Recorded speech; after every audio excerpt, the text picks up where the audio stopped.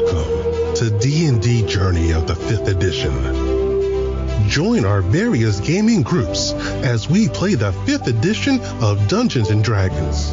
And maybe just hang out and chat about gaming in general.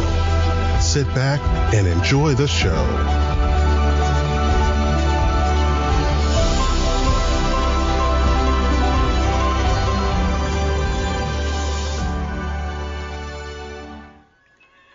Hi, this is Kelly, aka Trixie from Ragnarok and Roll, assigned to Ragnarok Story, and Tilda Wimblewick from D&D Journey of the 5th Edition. First off, I would just like to say thank you to everyone for listening to our varied adventures, as well as for rating us on iTunes and RPGpodcast.com. If you haven't rated us yet, we would greatly appreciate it if you could. And if you're looking for more ways to support our efforts, we are now on Patreon, a great site where you can help us continue making more podcasts, as well as some special surprises for our patrons. If you can, please look us up at www.patreon.com/cppn. Every little bit helps. And again, thank you for listening. Hey guys, Jim here. And Kelly. And welcome back to #RPGaDay2022. We are over halfway at day 18. And Kelly. Yes? Where is your favorite place to play? Well, I would have to say at my local game store right now, if I can get one of the private rooms. Because then I get the luxury of being able to have a game store all around, which I love supporting my local game store, especially this one because it has a pub in it. It's got a tavern in the back. Heck yeah. So I get the best of all worlds in that environment. Mm-hmm. So I can socialize with other gamers. I can grab a drink, alcoholic or non-alcoholic, snacks. But with the private room, we can still, when we shut the door, we can game, and there's less noise interference, especially since we tend to record the games. Mm-hmm. So it's easier to stay focused on stuff. Now, that's not to say we haven't and don't have, visitors just watch us play. Mm-hmm. We're totally good with that. Absolutely. But this way we get, we can have it all. Oh my God, yeah, we can have it all. Mm-hmm. So I would have to say the game store. The rooms, though I do remember the original game store that they had opened up had that really nice private room. Mm-hmm. And, with all the storage for all the miniatures, so you could just reach over and grab something for your table. So the new place has smaller private rooms, but there are more of them. Mm-hmm. And it has the bar, which is great. And they have a lot more tables in general. So it's so great because every time I go in, especially on the weekends, there's always games going on, and that's just fantastic. Mm-hmm. So I would choose that as my number one favorite spot to game. I would totally agree with you that, yes, your local game store is my favorite place. And for us, it's Tucson Games and Gadgets. Mm-hmm. Because, A, they've got the 2 great rooms. Used to be 3, but one's in storage mode right now. And the fact you get the best of gaming at home in a private setting and gaming in public. Because you guys can take a break. You can go to the bar in the back. Mm-hmm. Hell, you can order food and drinks and they will deliver. And they deliver to the room. It's awesome.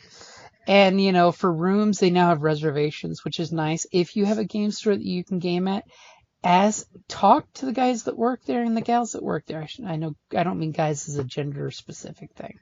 It's my gender neutral people phrase. Mm-hmm. Totally ask them if they do reservations, what the deal is for reservations. Because most places, of course, will have some kind of, they want a commitment that you're coming in so they don't waste the room and nobody gets to use it. Because that's always bad form. If you have reservations and you're not making them, always call ahead and give them the heads up. Or, if you're really cool, message another gaming group so they can take your reservation. Well, I think that the venue might have a particular preference. True. So, talk to your game stores. If it comes to, if you can't get a private room, ask if you can get that sweet, sweet spot up front at the store where people can walk by and watch you gaming.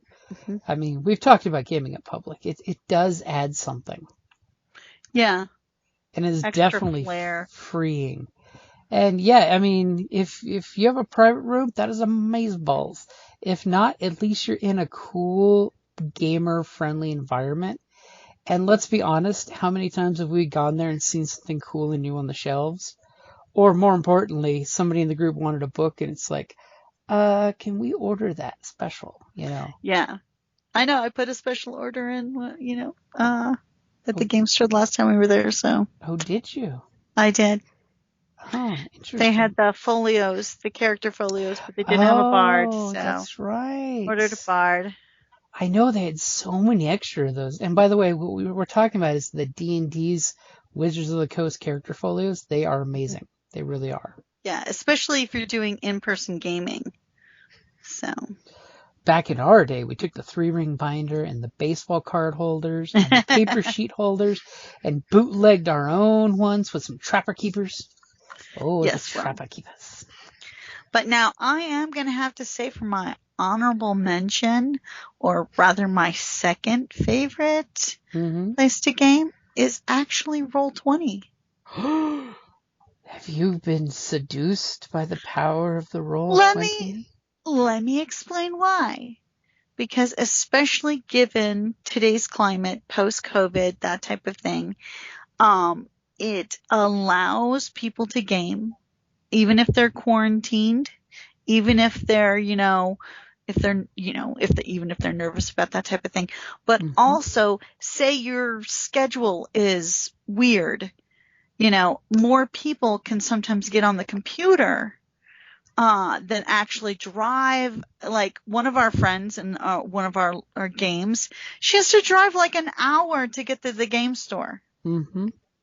So it's like sometimes that's not always doable, especially with gas prices. Come on. Oh, yeah. Are you kidding? But so Roll20 is a fantastic option for when either, you just need to, you have scheduling issues, or if you have transportation issues, a group can still game if you get a computer. And most people do have access to a computer, internet, and headphones. Thank goodness. So at first I was like, what? Gaming on the computer?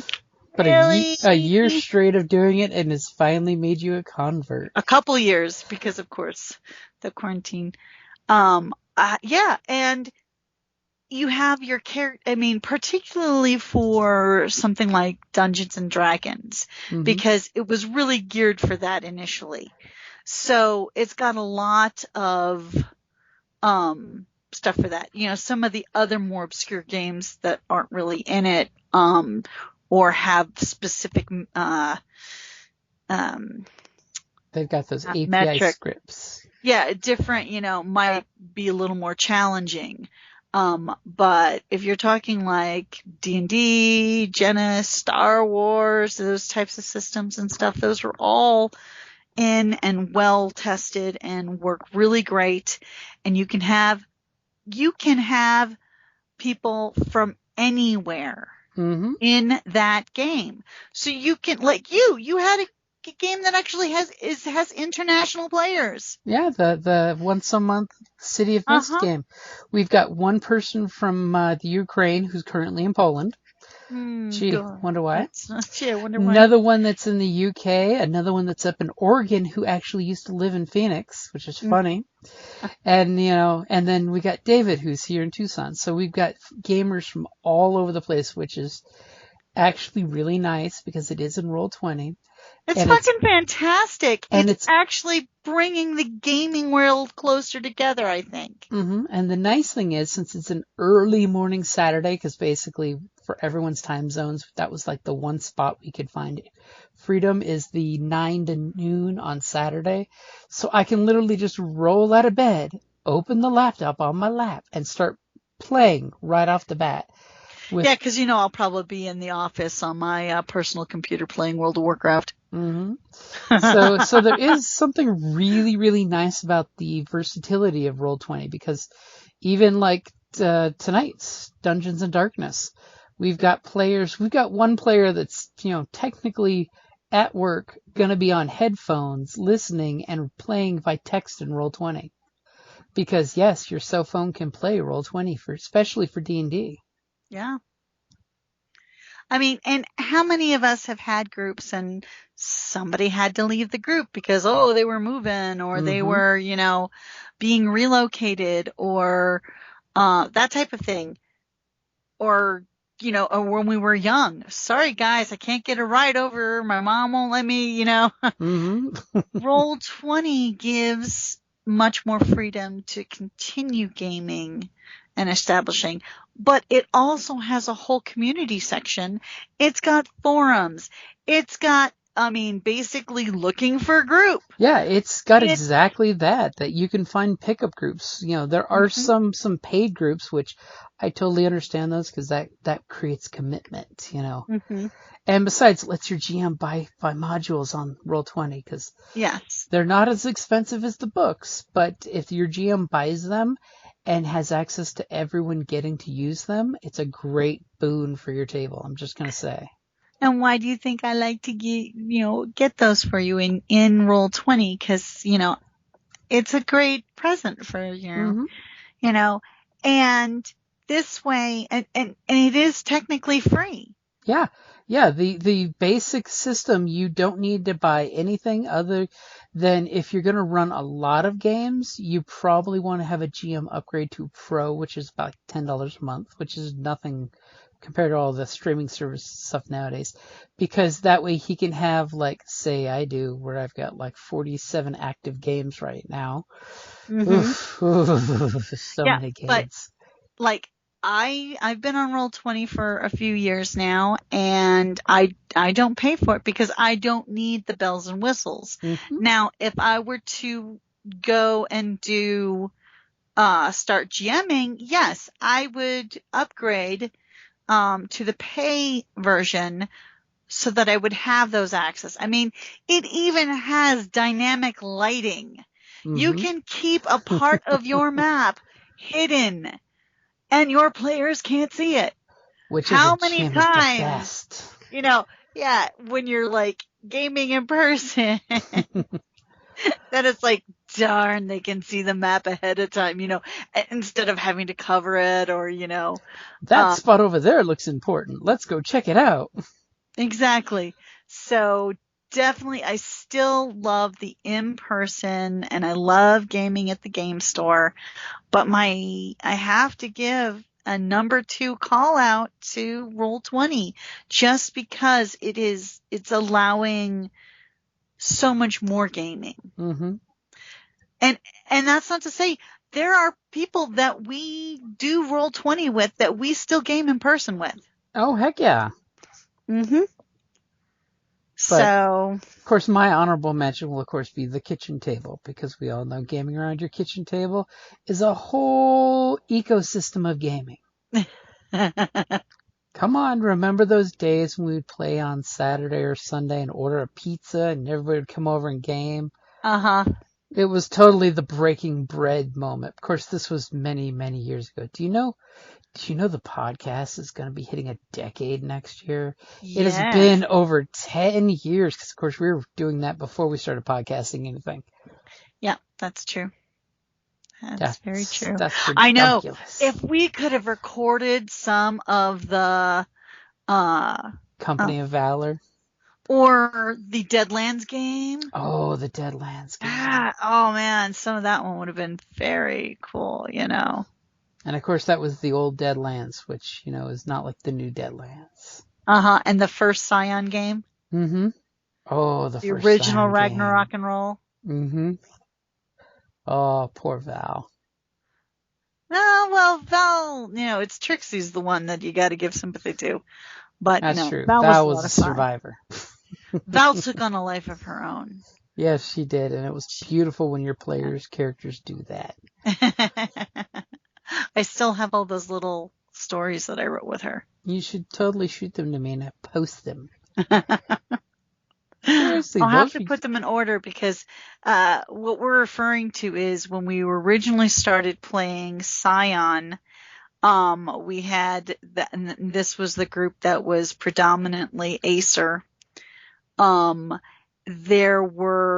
He would give us homework, so to speak, especially if we had to take a hiatus because two of our players traveled. They had to come down. They had to drive like 2 hours just to get to the game, so sometimes we had to take hiatuses due to either school or that type of thing.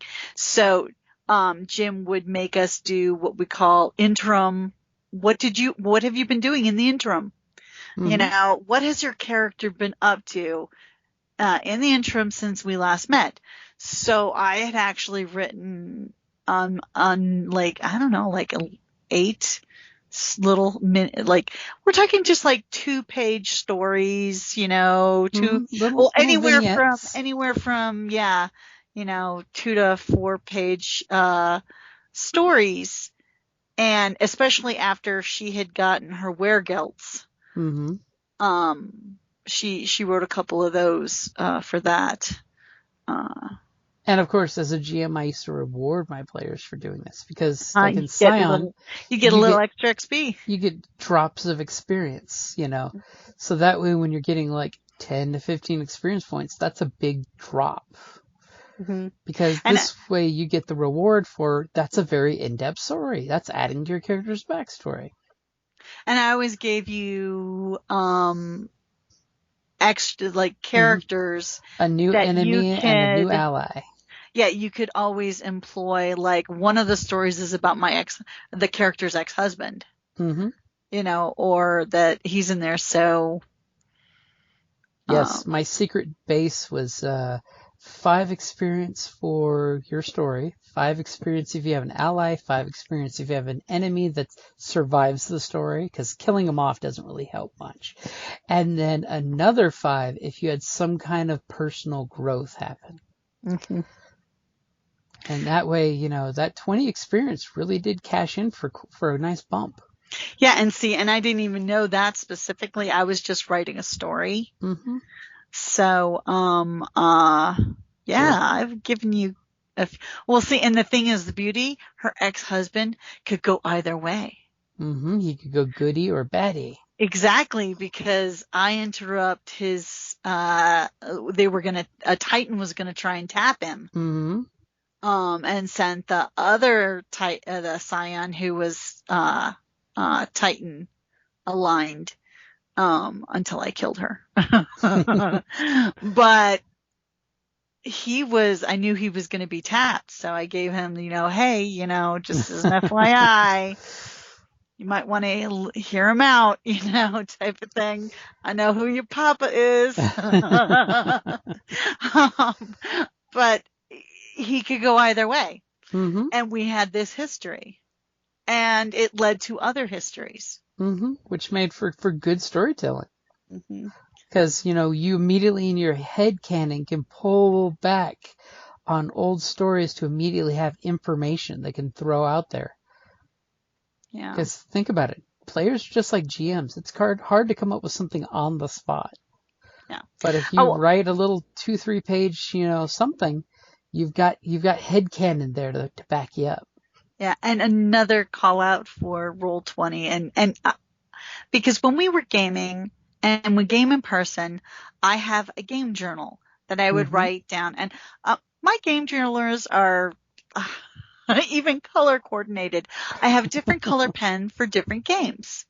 And I use that pen specifically so that if I'm flipping through my game book, my game journal, I know by the color, the main color. What character? Okay. Exactly. Which game I'm doing. With Roll20, you can actually, type up a Word document while you're gaming.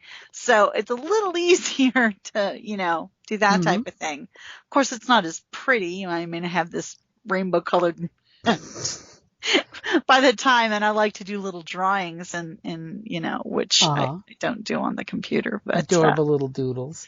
Little doodles. And of course, as a GM, I will totally throw it out there for Roll20. When you open a character as the GM and you click the edit button, there's 2 fields you can type in. One is the bio tab, which the player can see. The other is the secret GM only tab that only you can see. So if you ever want to keep notes on your players, you can put them there and don't have to worry about them ever seeing it. Yeah, I had no idea. So if I were to ever upgrade? No, it's only the GM who created the lobby. Yeah, so it's the GM who created the lobby and anyone you promote to GM. Because, by the way, as someone who has a free account, a cool thing you can do is create the lobby, create the game system, the character sheets, the lobby, and then promote someone else to GM. Okay, well then, if that's the case, we may have to try it out. I may have to, our discussion, I can't remember which day, maybe I'll try my hand to Game Master. I do believe you're referring to the Who Would You Like to Game Master You or Dungeon Mastery for You? Mm-hmm. Yes, I picked you. Are you kidding? Megan had me make her a Skittermander one. Skittermander.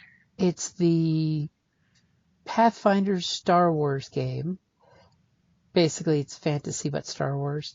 And Skittermanders are these cute little alien guys that look like Stitch from Lilo and Stitch. Oh, I know who Stitch is. You played that one shot once where we played them. The little furry guys that are all different colors. Nope, not me. No? Oh, no. Maybe you didn't. Maybe you just sat in with us. As we were playing that. Nope, I would have remembered cute little furry guys. But it's an adorable mission where you basically fail yourself to either save yourself or die. Nope, don't know this one. You were hired by this guy to salvage a ship, and as soon as he stepped into the ship you're salvaging, he got murdered. So it's now up to the rest of you who can't fly to save the day. Yeah, no. But with that ability, then I can see if GMing is something that I want to do without making the full investment into upgrading my Roll20 account to GM. If I'm not going to do it, if I find, nope, sorry, not for me, I don't have to invest. So. And if on Roll20, if you've purchased D&D books, you have access to making characters with the Charactermancer, which is a character builder that literally in like 5 minutes you can make a D&D character of any level. You just have to go through each level choices. So Roll20, kitchen table, and big damn cool gaming stores. Yep. I think that covers of where our favorite places are to play. And I think so. And I think everywhere else besides there's totally in that list. They're just further down. So get your games and play wherever you can play. I have played on the beach before. In an RV on the beach when I was a kid. That was fun. I think the weirdest one I ever did was playing an RV on the road. It was and we used a D6 system because those don't roll off the table. We surrounded each player, put their books on the table, and made a little trapezoid of jail. But that's probably something for another day. Alrighty, guys. Thank you for listening, and we are mostly halfway through the month of August. And September's coming up for RingCon, Tucson Comic-Con, your murder mystery. So I do GM. Yes, see, you totally GM. You host a murder mystery at a convention. Yeah. And by the way, I totally have been sharing it with people. So a few people are already getting ready to sign up as soon as the option is available on the website for RingCon Games. There's about 30 slots. Yep, and they will fill up quick, as they always do. Alrighty, guys, thank you for listening, and have a great evening. Thank you for listening to D&D Journey of the 5th Edition, a member of the Creative Play and Podcast Network. Please follow us on Patreon at patreon.com/CPPN to never miss a show or stream.